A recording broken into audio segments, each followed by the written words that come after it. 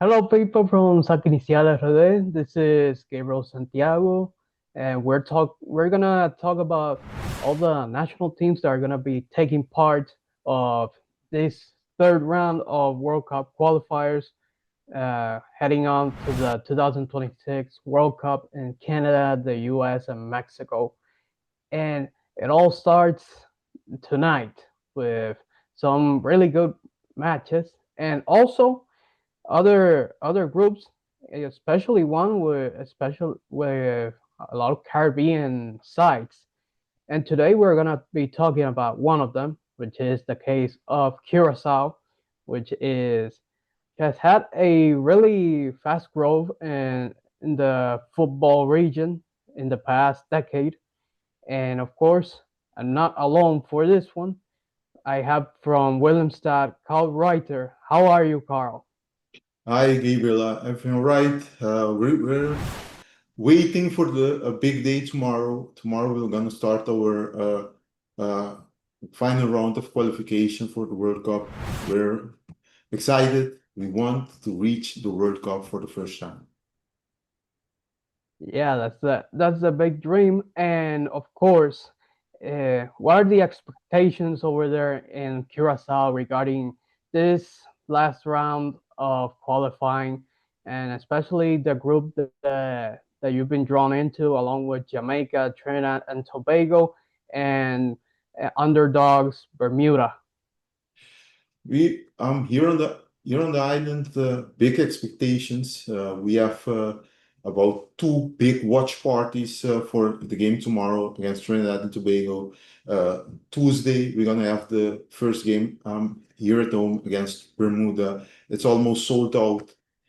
The big expectations. We want to achieve history together as the smallest island ever to reach a World Cup. Uh, People are happy. People are buying their tickets. They're buying their uniforms. We are expectations are very high for the games in the final round of the World Cup qualification. Yes, and about that, I'm also going to ask you about the squad that Dick Yes. Advocat called up for this big challenge, first versus Trinidad and Tobago, and then at home versus Bermuda. What do you think about the squad for this first set of matches, and for those that still are unfamiliar with Curacao? Which players they have to keep an eye on for this set? Well, let me begin with our new additions. Richard Vivazor. He's a central defender right now in his career. He's 28 years old. He was a top prospect of the Ajax from in Netherlands. He played also in Germany, played in Portugal. Now he's playing his club games in Turkey. He's a great player. He has the ability to dictate the game from central defense. We have also Shurendi Sambo. He's on loan at Sparta Rotterdam. He completed the transfer. He signed last year to Burnley, but he didn't play. But this year he began the season on loan at Sparta. Great right back. We have also Tyrese Noslin, a great wing back. He can play also as a right winger. He's, he has a good technique and can dribble good. We also have Tahi Chong. Tahi Chong is a local boy. He began playing soccer here on the island in the club Excellence. Then he went to Feyenoord in the Netherlands, and then he went to Manchester United. He played in Manchester United. He played in different clubs in Britain. He's a great addition to our squad. He can play on the wings. He can play behind the striker. He's a very important player. He'll be in the final round. Dick Advocat worked hard to get him in the national team, and finally, Tae Chong has arrived. He will be a great addition for our squad. And we have also the usual suspects. the Bacuna brothers. They are the heart and soul of our national team. We have Eloy Rome. He played in the States for Columbus Crew some years ago. We have also Julian Gary, who scored a wonderful goal in the Gold Cup 2019 for us. We got a draw against Jamaica. We also have other players. Jeremy Antonesso scored the equalizer against Canada in this year's Gold Cup. We have a good squad.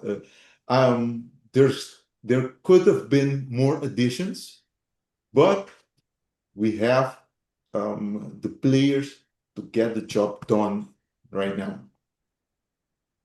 I also wanted to ask you about one of the forwards that I've seen him in a very explosive manner in terms of Nations League and the previous round of qualifiers, Jervain Castanier, which has been a familiar face in football in Indonesia.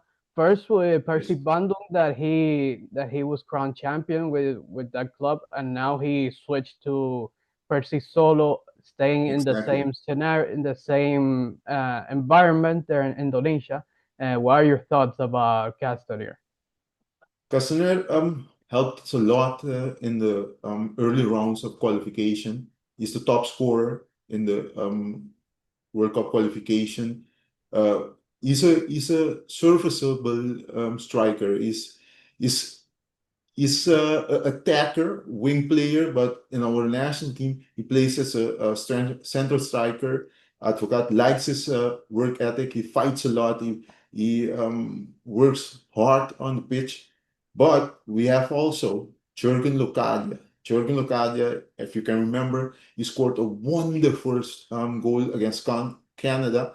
They disallowed it, but he's a different type of striker. He got the technique, and he can score from anywhere on in the box. He's our main striker, but Castaner can help if needed, and Jorge Locadia will be, if I'm correct, the main striker for us in the final round of qualification. And finally, to wrap things up, what do you expect from this squad at the end? Because let's be clear, the first three of each group will go directly to the World Cup, and the next best second place teams are gonna be in the Yes. intercontinental playoff. What are your expectations in the long term for this big challenge ahead? And do you think this squad has what it takes to fight that top spot with Jamaica? Yes, yes, I really, really, truly think we can achieve uh, this, reach the Gold Cup, the World Cup. I truly believe we can do it. But I just had an interview with Juninho Bacuna. He said something very, very important. We need to fight. We need to leave everything on the pitch because we have technically great players, but in the Concacaf that doesn't cut it. You need to fight. You need to leave everything on the pitch. Play with your heart so you can achieve in the Concacaf and mostly in the Caribbean nations. And we are in a Caribbean group, you can say, for the final round. And you need to fight. Every game is a final. That mentality would be what needs to be first and foremost the most important thing for every game. This is our final. We need to win, and that's what I think will help us reach the World Cup. The World Cup for the first time ever. I'm very, very, very proud of the national team. Advocat did a wonderful job helping us reach this final round. The players fought hard, and now we need to finish the job here in the final round of the World Cup qualification. Excellent insight. And Carl, before wrapping up, do you have anything else to add and a message to all the people in Curacao to motivate them ahead of these two matches in this round, in this first set of World Cup qualifying matches? I'm going to do it in English, but I'm also going to do it in our national language, our papiamento. I'm going to do it first in English. We need to unite. We need to be one for our nation. The players need us. Tuesday, we're going to fill up our national stadium, Stadion Hilvato. We're going to support our national team. Tomorrow, different watch parties here on the island. Go watch the game, support your national team because we're going to make history together. And in Papiamento, Romana, vamos vai, apoiar a seleção, vamos unir, vamos se Corsol grande, porque ora nós unir, não tem nenhuma nação no mundo para bando nós Corsol, Corsol amanhã, Corsol para o Mundial 2026. Excellent. Thank you, Carl, for your time here and sharing with us all that's happening there in Curacao ahead of this big challenge to achieve the big dream. Yes. All the best. Yeah, all the best for Curacao and all the other national teams taking part in this third round. And for you watching, don't forget to like, subscribe, and share so it reaches more people around the area and beyond.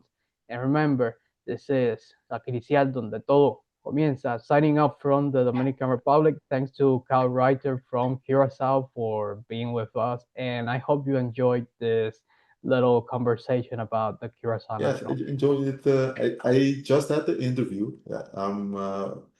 With Juninho. They are very, very, very much motivated for this game. They want to win for the nation. And Friday will be the start of something big, I think. Really, really, really do. And I really, really hope we can achieve this because it would be something enormous here on the island. Never have we ever been so late in a World Cup qualification. Mostly we go out in the first, second round, but now we're in the final round for the first time. We have the players, we have the coach.